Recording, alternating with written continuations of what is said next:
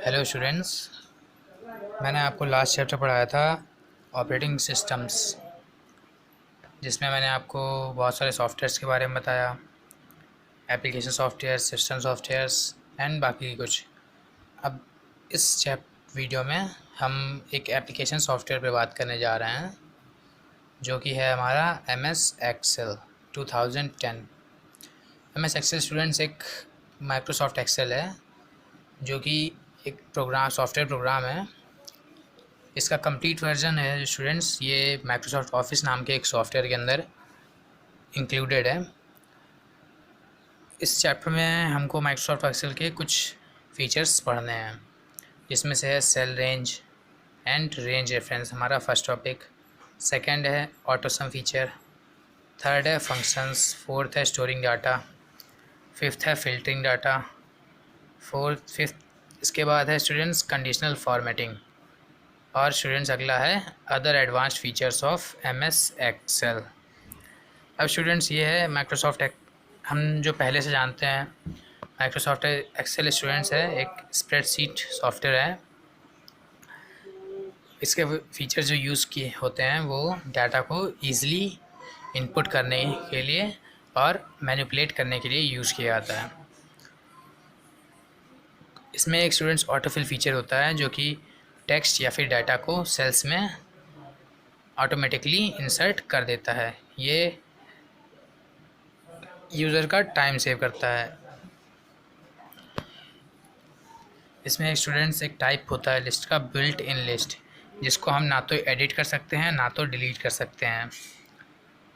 अब स्टूडेंट्स हम एक कस्टम लिस्ट कर सकते हैं तैयार, जो कि किस पर बेस्ड होगी, टेक्स्ट पर होगी, नंबर पर होगी, डेट और टाइम पे होगी। हम किसी फॉर्मेट पे बेस्ड लिस्ट नहीं तैयार कर सकते हैं।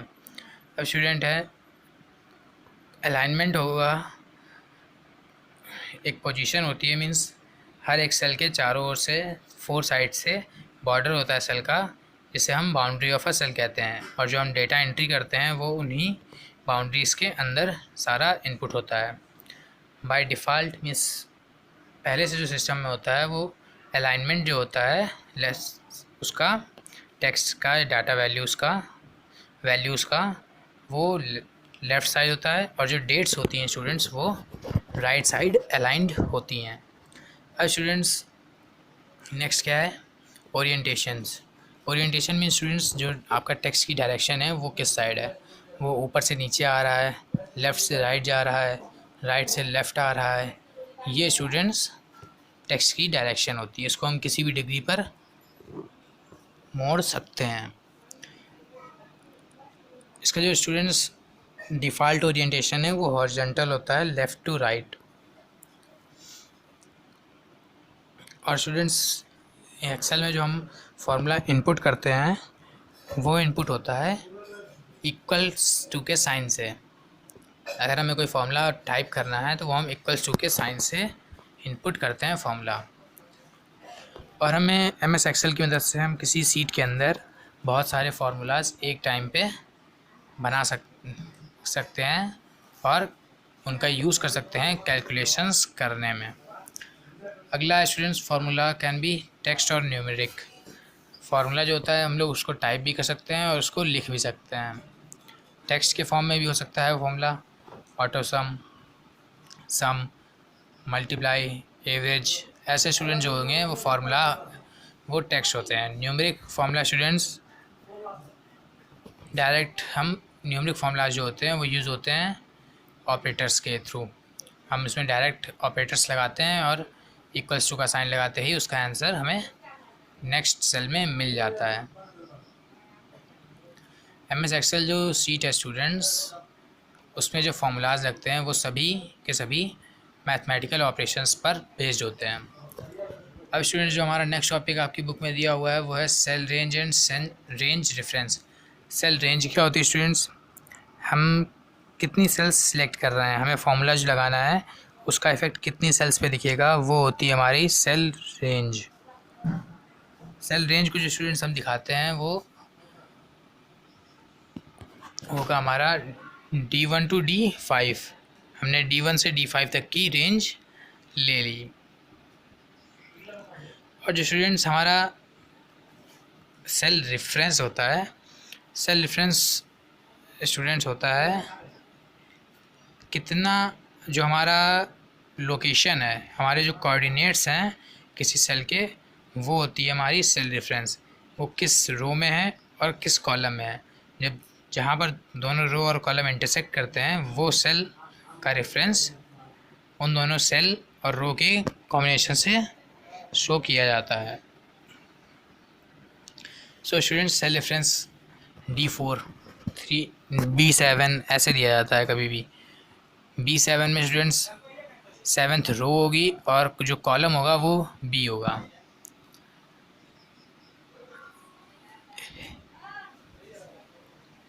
किसी भी सेल की रेंज या फिर उसकी कोई सेल वो सिर्फ और सिर्फ उसके रेफरेंस से ही पहचाना जा सकता है। अब स्टूडेंट्स कितने टाइप्स के रेफरेंस होते हैं, अगर डेटा सेल रेंज में या सेल रेफरेंस में अगर कोई चेंज आता है तो जो उसका आंसर होगा, जो हमने फॉर्मूला लगाया होगा, हमें उसका आंसर भी चेंज हो जाएगा। अब स्टूडेंट्स 3 टाइप्स के होते हैं ये आपके सेल रेफरेंसेस। सबसे पहले students relative reference. Relative reference क्या होता है स्टूडेंट्स, अगर हमने किसी 2 फार्मूलाज को लगाया है, हमने A1 + B1 किया है इज इक्वल्स टू, तो अगर हम उस सेल को कॉपी करेंगे और हम किसी उस दूसरे सेल में हम अगर उसको पेस्ट करेंगे तो वो हमारा उसके ही अकॉर्डिंग चेंज हो जाएगा। जैसे अगर हमने A1 और B1 को C1 में पेस्ट किया है तो वो फॉर्मूला था एंड हम उसको चेंज करके D1 में करते हैं, तो जैसे ही आंसर वाला एक सेट चेंज हुआ वैसे ही फार्मूला जो लगा था, फार्मूला की रेंज भी एक सेट चेंज हो जाएगी, एक कॉलम चेंज हो जाएगी। सो स्टूडेंट्स अब एब्सोल्यूट रेफरेंस, अगर हम एब्सोल्यूट रेफरेंस लगाना चाहते हैं कि अगर हम फार्मूला कॉपी करें किसी एक प्लेस से तो वो चेंज ना हो, उसके लिए हमें हर एक रेफरेंस से पहले, कॉलम रेफरेंस और रो रेफरेंस से पहले हमें डॉलर का साइन लगाना पड़ता है। अब स्टूडेंट्स हमारा क्या है next, mixed reference. Mixed reference में स्टूडेंट्स हम कहीं भी कर सकते हैं, मीन्स हमारा कोई एक चीज़ कांस्टेंट रहे और एक चीज़ हमारी चेंज होती रहे। जैसे हमारा एब्सोल्यूट रो हो और रिलेटिव कॉलम हो, या फिर हमारी एब्सोल्यूट कॉलम हो और रिलेटिव रो हो। इसमें स्टूडेंट्स ये होता है, सो स्टूडेंट मिक्स्ड रेफरेंस में एक होता है एब्सोल्यूट रेफरेंस और एक होता है रिलेटेड रेफरेंस। इन दोनों का जो कॉम्बिनेशन होता है उसे हम कहते हैं मिक्स्ड रेफरेंस। इसमें स्टूडेंट्स हम एक तरह का एक कॉलम यूज़ करते हैं और एक तरह की रोज़। मीन्स अगर हम एब्सोल्यूट कॉलम्स यूज़ करते हैं, एब्सोल्यूट कॉलम का मतलब कॉलम के पहले डॉलर का साइन लगा हो, मीन्स कॉलम $A1 $B1 ऐसे स्टूडेंट्स। तो फिर वो अगर हम कहीं उससे कॉपी करते हैं, जो एब्सोल्यूट वाला पार्ट होगा वो चेंज नहीं होगा, बट अगर हम और जो दूसरा वाला पार्ट होगा जो रिलेटिव वाला होगा वो कॉपी करने से वो पार्ट चेंज हो जाएगा। सो इस तरह से स्टूडेंट्स सेल रेफरेंस डिफ़ाइन होता है।